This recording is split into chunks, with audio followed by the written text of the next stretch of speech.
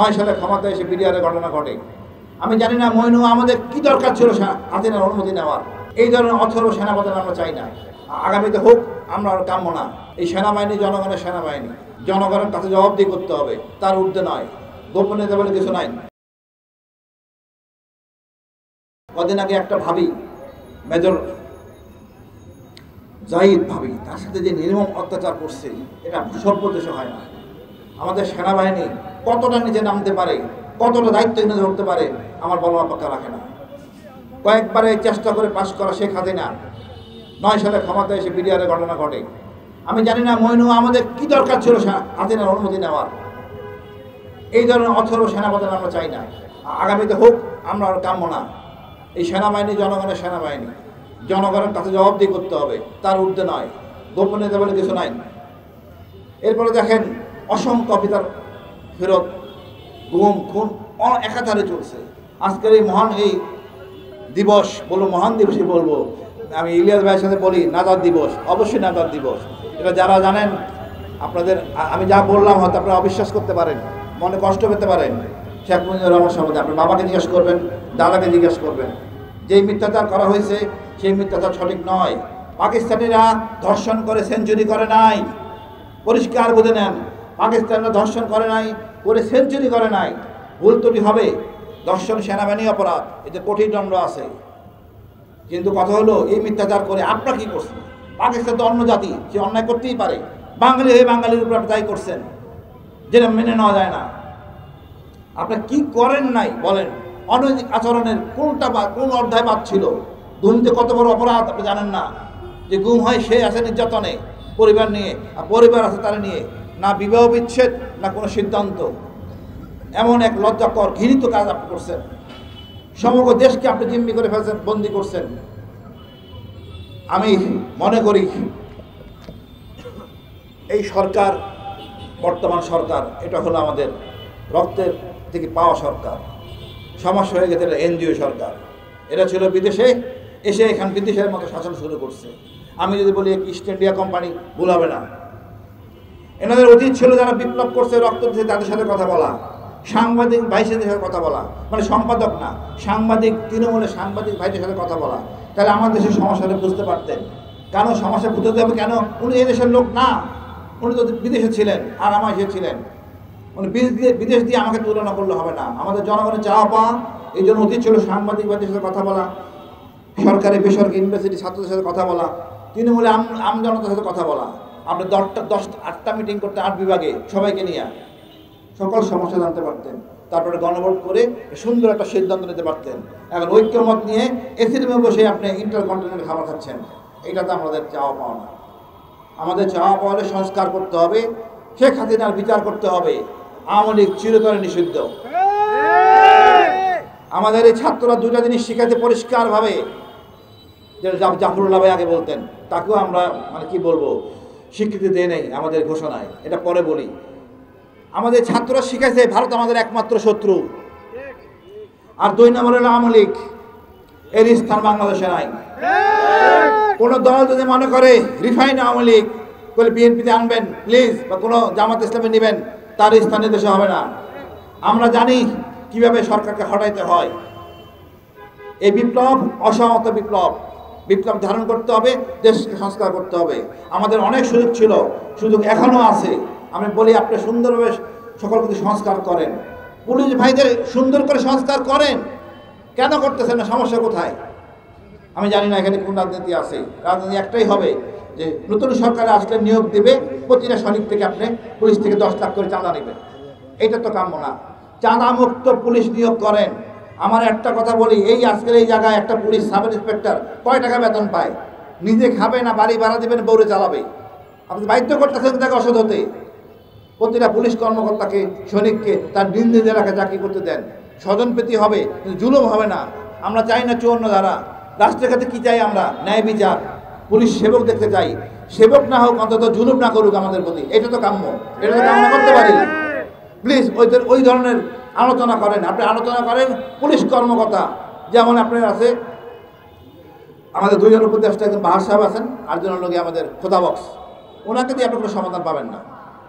আপনি আলোচনা করতে হলে পুলিশের সমস্যা, পুলিশের সাব ইন্সপেক্টরদের সাথে কথা বলতে হবে। ওরা জানে, ওরাই মামলা করে, ওরাই সব কিছু করে। আপনি তাদের সাথে কথা না বলে আবল তাবল লোকের সাথে কথা বলেন। পুলিশ সংস্কার করেন, আমাদের সমস্যার সমাধান। আর একটা বড় জিনিস, এই দেশে বড় সমস্যা রাজনীতিবিদ। আমরা চাই ভালো রাজনীতিবিদ, চোর বাটপার চাঁদাবাজ রাজনীতিবিদ আমরা চাই না। সকল নেতাদের বলবো অনুরোধপূর্বক বাছাই করুন, যাতে ওনারা চাঁদাবাজি বন্ধ করতে পারেন। এই চাঁদাবাজি মনে করেন 10 টাকা নিচ্ছি, এই 10 টাকা ঘুরতে ঘুরতে আমার ঘরে এসে পড়ে। অনুরোধপূর্বক এই ধরনের নেতা আমরা চাই না। শহীদ জিয়ার নেতাই কার্যক্রমের মধ্যে চাঁদাবাজি ছিল না। যারা নির্বাচন করতে পারবেন না, প্লিজ করেন না, নিজের টাকা দেওয়া করেন, চাঁদাবাজি বন্ধ করেন। আমরা ভালো রাজনীতিবিদ চাই। বাংলাদেশে আপনি দেখাতে পারবেন না কোনো জায়গায় একটা সন্ত্রাসী আছে বা জলদস্যু আছে যাকে কোনো রাজনীতিবিদ স্পন্সর করে না, সবাইকে তারা করে। আওয়ামী লীগ হোক, বিএনপি হোক বা জামাত হোক, এই সন্ত্রাসীদের পালানোর পরে তারা এই রাজনীতি চলতে পারে না। এটা জনগণের দেশ, রক্ত দেশের সাধারণ জনগণ, এই শেখ পরিবার দেয় নাই। সুতরাং আমি বলবো আমরা দেশটাকে সুন্দর করে সংস্কার করি। এটা আমাদের কাঙ্ক্ষিত দেশ, সোনার বাংলা। আমরা এটাকে সুন্দর করে গড়ে তুলতে চাই। আমরা নিজের পয়সা দিয়ে আমরা চলি, কারো দানে আমরা চলি না। ভারতকে ভয় পাওয়ার কিছু নাই, মাথা উঁচু করে কথা বলেন। ইলিশ মাছ পাঠানোর দরকার নাই, আমরাই খেতে পারি না।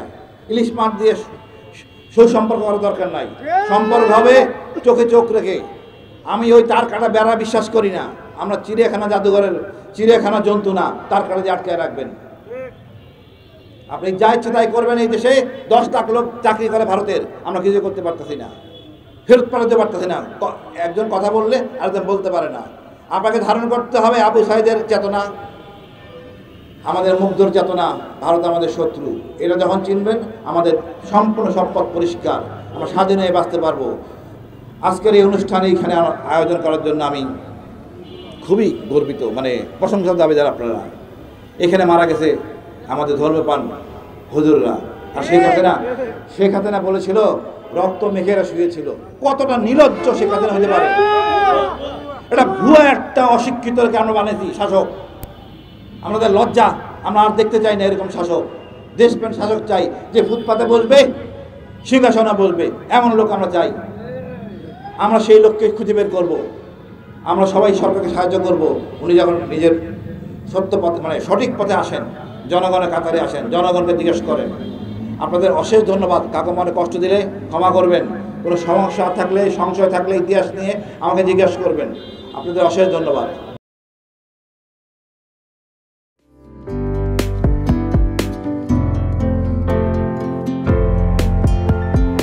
পহেলা জানুয়ারি 2025 ইউটিউব জার্নালিজমের অগ্রদূত changetv.press 6 বছর পেরিয়ে পা রাখলো গর্বিত প্রিয় দর্শক, নতুন বছরের শুভেচ্ছা জানাচ্ছি। অনেক ঐতিহাসিক ঘটনা 2024-এ ঘটে গেল। আমরা নতুন করে স্বাধীন হলাম, ফ্যাসিস্টের পতন হলো। জুলাই আগস্টের বিপ্লবের শহীদদের প্রতি জানাই আমার স্যালুট। সাথে সাথে চেঞ্জ টিভিকে জানাই আমার অন্তরস্থল থেকে ধন্যবাদ এবং শুভেচ্ছা। চেঞ্জ টিভি 6ষ্ঠ বছর শেষ করে 7ম বছরে পদার্পণ করতে যাচ্ছে। এই সুন্দর মাহেন্দ্রের ক্ষণে চেঞ্জ টিভিকে ধন্যবাদ এবং চেঞ্জ টিভির অগণিত দর্শকদের রইল নতুন বছরের শুভকামনা। changetv.press এক ফোঁটা হলুদ নেই।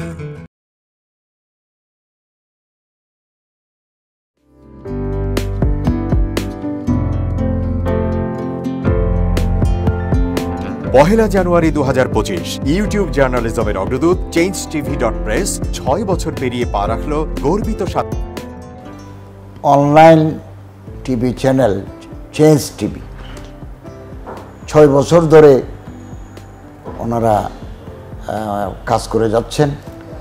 ইতিমধ্যে জনগণের হৃদয়ে স্থান করে নিয়েছেন। প্রায় 22 লাখ সাবস্ক্রাইবার আছে। আর যে কোনো অনুষ্ঠান 10 লাখের মতো মানুষ এটা প্রতিদিন দেখে থাকে। আমিও